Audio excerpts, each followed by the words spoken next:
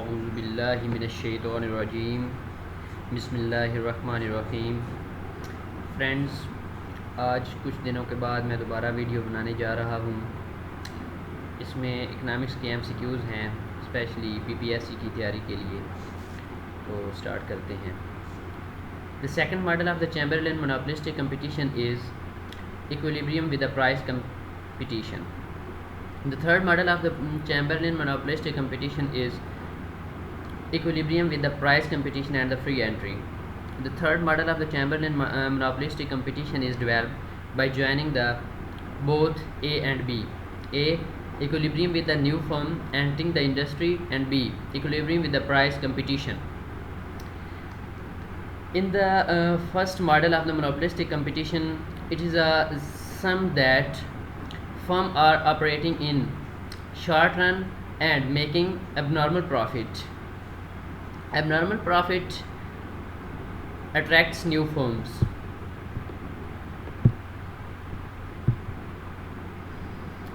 The demand curve shifts due to entry or exit of the firm.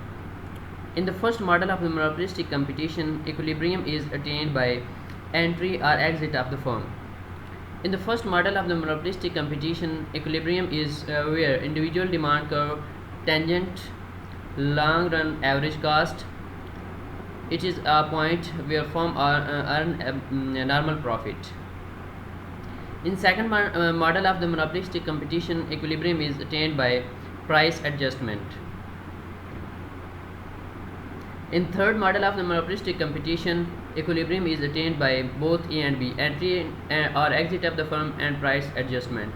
Macroeconomics deals with the whole economy. Classical macroeconomists believe that prices are flexible. According to the classical macroeconomists, rate of interest is flexible. According to the classical macroeconomists, wages are also flexible. According to the classical macroeconomist, there is always full employment level in the economy. Classical macroeconomist proposition was that there is all of the above: full employment, perfect competition, laissez-faire economy, which was collapsed in 1930.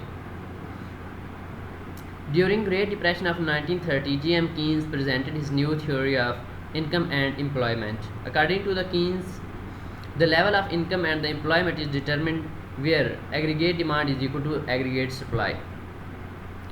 If at the level of full employment, aggregate demand is greater than aggregate supply, it will create inflationary gap, and if aggregate demand is less than aggregate supply, it will create deflationary gap.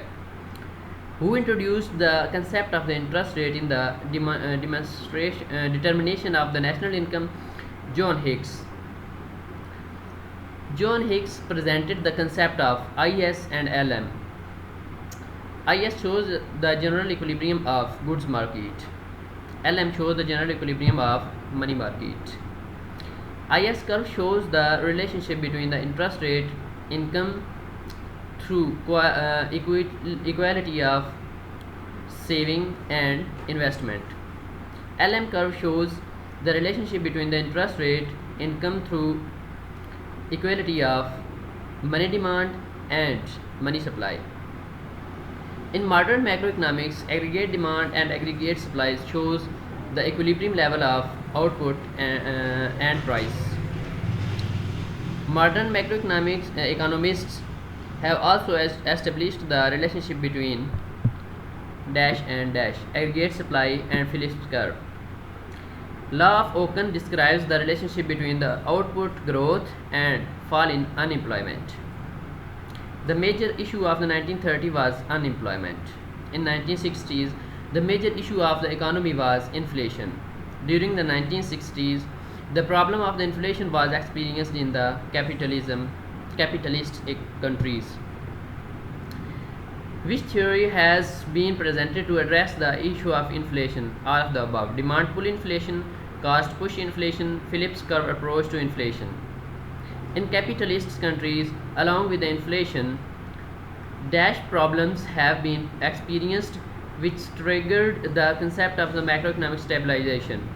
All of the above: unequal distribution of income, misallocation of resources, balance of payment deficit, and the trade cycles. Macroeconomic tools which stabilize economy are fiscal policy and monetary policy. Keynesian prefer fiscal policy or monetary policy for macroeconomic stabilization. Monetarists prefer monetary policy over fiscal policy for the macroeconomic stabilization. Which school of thought is in the support of the government intervention in the economy? Keynesian macroeconomists. Which school of thought is against government intervention in the economy? Monetarist macroeconomists. Consumption function describes the relationship between consumption and the income. There is positive relationship between the consumption and income. Average propensity to consume is equal to the consumption divided by income. Marginal propensity to consume is equal to the change in consumption divided by the change in income. There is dash relationship between saving and income, positive relationship. Average propensity to save is equal to saving divided by the income.